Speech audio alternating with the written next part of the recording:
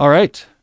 Chris, moving on. Chris asks, do you think there's a place for inbox zero in your productivity system? If yes, how do you manage to keep up with your inbox without spending hours on reading, classifying, answering mails, even if you only spend that time in specific time blocks? So I think, Chris, yes. Inbox zero, by which I mean an inbox that on a regular basis goes down to having no messages in it, yes, is a good goal. And two, this should not require hours of reading, classifying, and answering emails. Now, I don't mean to say it doesn't require that right now. I think for most people, the way they use their email, the way they use their inboxes, to get it down to zero would require hours of them going through this. It would be a Herculean task. But if you update and improve your relationship with this tool, getting down to inbox zero becomes much more tractable. And it's what you want to do, because getting down to inbox zero means you have a pipeline of incoming and outgoing information that you're keeping up with. I mean, the only thing it means if your inbox is getting bigger and bigger is that the pipeline of stuff coming in, you can't keep up with it. You don't have other systems for it. And you have this default spillover. Let's just keep stuff in our inbox. So let me give you 4 things you can do, Chris. 4 things you can do to improve your relationship with your inbox that will make inbox zero much more tractable. All right, number 1, don't use email for back and forth conversation. I got to figure something out. We got to go back and forth about it. Don't do that with email. That generates a huge amount of email. It's a huge pain. Back and forth conversation should be synchronous. There's a lot of ways to do this. There's office hours, there's calls, they're tacking on conversations to the end of pre-existing meetings. However you want to do it. If it requires back and forth, you should be talking to a person. 2 minutes can accomplish what 20 back and forth emails would otherwise be required to do.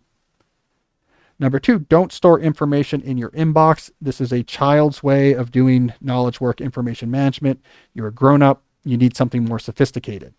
You have to have places where you store relevant information. You have to have places where you keep track of what you're working on, what you're waiting for, and what you know about it. I personally recommend something like a Trello board, one for each of your different professional roles, where you can keep track of what's in progress, what you know about it, what you're waiting to hear back on. So if in one of your roles as a professor, you are the head of the faculty advisory committee, I say this from experience, I'm about to take on that role as the head of the faculty advisory committee in September. Have a board for that. If there's things you're waiting to hear back from, you're trying to talk to your committee members about when to meet, or you're waiting to hear someone is taking a stab at writing up the report that you're going to bring to the faculty meeting, you should have a column in your Trello board for that role that says waiting to hear back from. And that's where those are, not an email in your inbox that you hope you just see and say, oh yeah, that's right. I'm waiting for someone to respond to that email. Let's say you're working on something in one of your roles. Have a projects column and there's a card for it on your Trello board. And you're attaching the relevant files to it. And right at the top of the card, you say capital letters, status, colon, quick update on that status. You look at the board for that role, you get the whole gestalt of what's going on in 5 minutes. None of this needs to be in your inbox. So again, keeping track of what's going on in your inbox is a child's way of managing information. Be an adult, be more sophisticated. 3, use process-centric emails. Now, I talked about this in a habit tune-up. I think, Jesse, we'd have to go back to the archives, but I think in the last couple of months, I did a habit tune-up on process-centric emails. There's probably a YouTube video on that at youtube.com/Cal Newport Media. But here's the brief summary. When you send an email to someone to initiate something that needs to get done, this meeting has to get set up, this client visit needs to be arranged. First, figure out the entire process for how you're going to get to completion. I will put up some ideas by this date. You will look at those ideas and mark the ones that work best. I'll then send a complete list once you've marked that on Wednesday morning to the client, and then I'll update you on our staff meeting on Friday what we're going to do. Come up with the process for how you're going to get from here to completion and explain that process in the very first email you send about that obligation. Significantly reduces the number of back and forth messages that follow because you have a clear process about what you guys are going to do. Number 4, things that are informational, newsletters, like my newsletter, calnewport.com, broadcast of deals, whatever it is that you get just informationally through your inbox where, you never know which ones are going to be interesting, what won't. You might want to save things for a while to see if you want to read it. Have a separate account for that.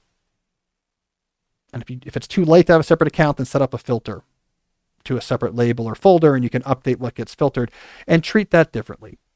Oh, here's my informational account. Here's my informational label or folder, and that's different. That's outside of your inbox zero worldview because there's no stress captured by those messages. None of them make any demands of you or your time. It's a digital library for you to browse at your leisure. So separate that from the rest of your inbox. And then you can inbox zero what remains. All right, Chris, so there you go.